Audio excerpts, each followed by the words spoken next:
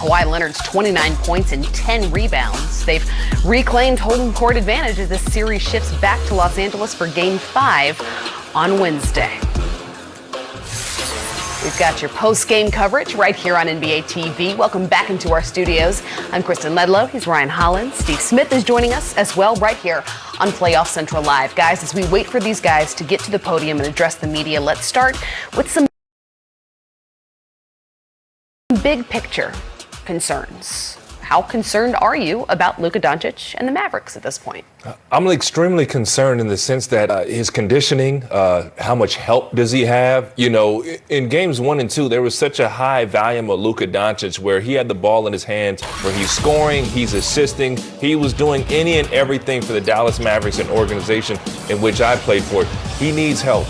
So I don't know if it's going to be Tim Hardaway Jr., possibly Brunson into the starting lineup, but you've got to find a way to get Luka Doncic some easy buckets, Smitty, because he's doing everything, and it really showed in these last 2 games. Yeah, Ryan, I'm totally with you, and I think we love Luka because he's that dominant and dynamic with the basketball. You said it best. How can somebody get him an easy bucket, but also how can somebody else step up? Tim Hardaway Jr. didn't have a great game. Maxi Kleber didn't. I thought the adjustment of T. Lue starting Nicholas Batum gave them the situation defensively where all 5 guys could switch, and there was no lane for Luka to have a diving guy to pick you apart. So give T. Lue a lot of credit. Give Nicholas Batum a lot of credit. Came in, stepped up. I thought this was the Clippers' best defensive effort we saw so far in the playoffs, and obviously led by the 2 stars offensively. But you're right. The Dallas Mavericks going to have to find some way to score, and maybe I think, Ryan, yes, Porzingis, put him down on the block a little bit, let him draw some double teams with his size and maybe get somebody some easier shots because of his size down there on the block. And it's not conventional, but this team's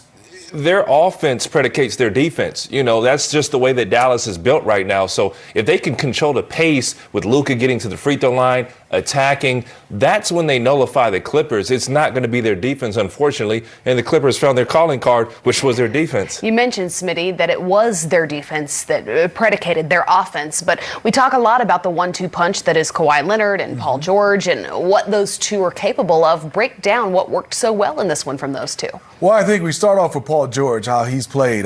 Both those guys have been terrific offensively. They've done a nice job, and we'll watch and see. Here's Paul George. He's been fantastic offensively, obviously taking a lot of criticism in the bubble, but use your size. Great job of being 6'9". Then you get a chance right here to watch him, and the ball movement by the Clippers, it got around the horn, it touched the paint, and then eventually Paul George been able to knock down that 3-ball, Ryan.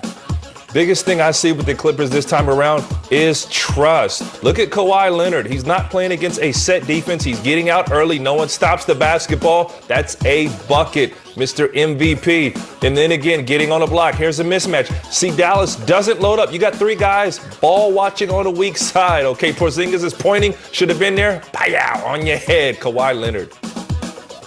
What then, if you're the Mavs, do you do differently defensively against those two as they found this rhythm? When I look at this unit, I said defense isn't their calling card, but they've got to be smart defensively. You know, Smitty and Kristen, they have to be early. They got to communicate. Maybe you still have to score through 2 or 3 defenders, but you've got to force the Clippers to do something that they don't want to do. Last year, they were so excellent in the success they had against the Clippers in making them play one-on-one, making them a little uncomfortable. But right now, things are just too easy, and you got to get back in transition because the Clippers want easy baskets, and they got them tonight. Well, we're going to talk a lot more about that, but first we want to hear what Luka Doncic has to say as he's sitting down. But you know what's so tough is I play with Kyrie. I always said he's arguably the most talented, and I played with Hall of Famers, the most talented player I've ever played with. He can shoot the ball like Ray Allen if needed. If he had to be just a catch and shoot guy, he can do it. He has the best handle I've ever seen of anyone I played with. No disrespect to any other ball handler out there. And he can play, make, and pass. He can do anything on the floor. You just question at times motivation, consistency. If we got a nitpick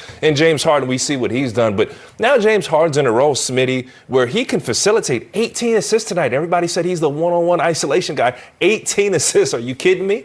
And I'm with Ryan. I mean, for James Harden to basically come in and accept that role, I think it said, whew, as a coaching staff with Steve Nash, because without somebody accepting that facilitator role, he would have had a tough go at it as a coach. But I think when James Harden came in and said, I'm the point guard, Durant was like, I'm going to always be a scorer. It took the pressure off Kyrie Irving. I can just be a 2 guard in a point guard's body and go out there and score. So for me to sacrifice to James Harden, really not a big-time sacrifice. We're just not seeing the 50, the 60, but we're seeing wins, and a possible chance for this guy to get his first ring because of he accepting his roles, which is still 25 and 18 or something like that. Yeah, which is still a pretty impressive role.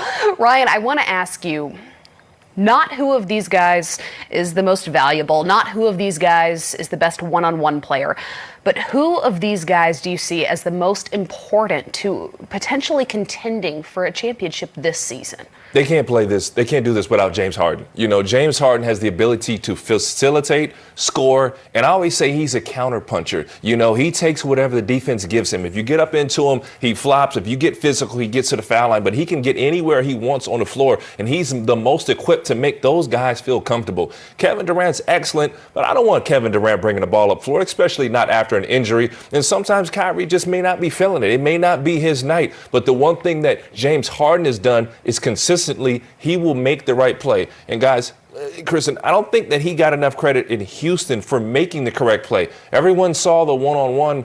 That was their system. I don't want to say there was no one else to help, but the system was created for him to take those shots. So James Harden, by far the most important, maybe not the best player, but the most important. Smitty, same question. Do you see it the same way? I totally agree with Ryan. I'm going to just add this. You know, after James Harden, the most important, next to me is Coach Nash.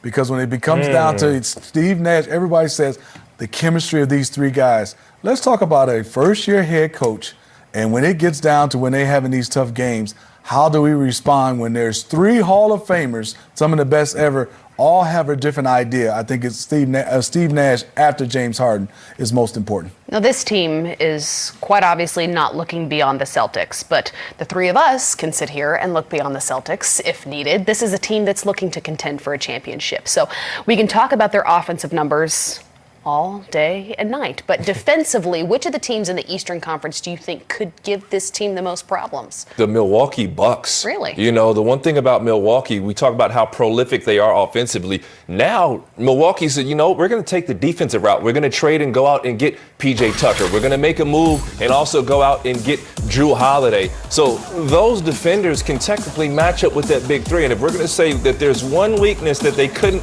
address in the buyout market of trying to get a Drummond or, a JaVale McGee, they don't have anything at the rim.